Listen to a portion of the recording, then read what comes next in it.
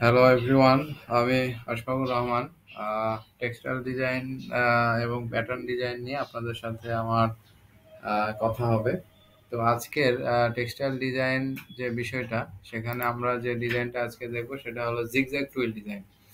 আর এই zigzag twill ডিজাইনটা আমাদের কোন কোন জায়গায় ব্যবহার হয় এবং কিভাবে করতে পারি। Define the zigzag twill, state the features of zigzag twill, classify the zigzag twill এবং drafting, draw the design of horizontal zigzag এবং ভার্টিক্যাল জিগজ্যাগ, আর mention the uses of zigzag twill.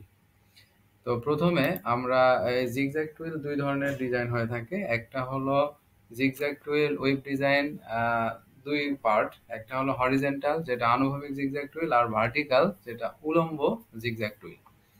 তো আজকে আমরা যে ডিজাইনটা করব সেটা হলো হরিজেন্টাল বা আনুভূমিক জিগজ্যাগ টুইল। এর জন্য প্রথমেই আমরা একটা রিপিট নিয়েছি বা ছোট মোটিভ নিয়েছি, যে 5x5। এই 5x5 ঘরে আমরা 2 up 3 down সূত্রে একটা টুইল ডিজাইন অঙ্কন করব।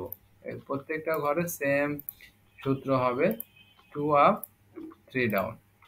সেক্ষেত্রে আমাদের এই রিপিটটা সম্পূর্ণ করার পর এই পুরা রিপিট আমরা যেটা পাইছি, এটা ডিজাইনের অর্ধেক অংশে হবে। আর আমি বলে রাখি, ডিজাইনটা যদি রিপিটটা যদি 5x5 ঘরের হয়, তাহলে ডিজাইনটা হবে 10x10। সেক্ষেত্রে আমরা আগে 10টা ঘর নিয়ে রেখেছি এবং প্রথম 5 ঘরে আমি এই রিপিটটা, মানে যে ক্ষুদ্রতম ডিজাইনটা নিয়েছিলাম মোটিভ, সেটা আমরা বসায় দিলাম। দেন আমাদের যে ডিজাইনের সেকেন্ড পার্ট, পরের অংশে 5 নাম্বার সুতা আমরা যেটা দেখতে পাচ্ছি যেভাবে আছে এটা এভাবেই থাকবে। সেক্ষেত্রে 4 নাম্বার সুতা থেকে শুরু হবে। তাহলে 4 নাম্বার সুতা ঠিক যেভাবে আছে আমরা বসায় দিচ্ছি 6 নাম্বারে, এবং 3 নাম্বার সুতা ঠিক যেভাবে আছে সেটা আমরা বসাচ্ছি 7। 2 নাম্বার সুতা সেটা হুবহু 8 নাম্বারে বসবে এবং 1 নাম্বার সুতা সেটা 9-এ বসবে।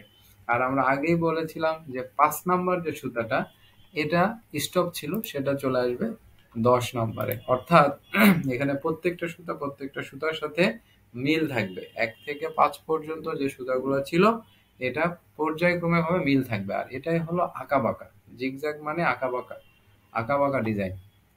তো সেক্ষেত্রে এখানে প্রথম 5টা সুতা দেখেন আমাদের কোনো সিমিলার ছিল না। এই জন্য 5টা সুতার ড্রাফটিং এর সময় 5টা সুতা 1 থেকে 5 পর্যন্ত ড্রাফটিং ধাপে বসাতে হবে।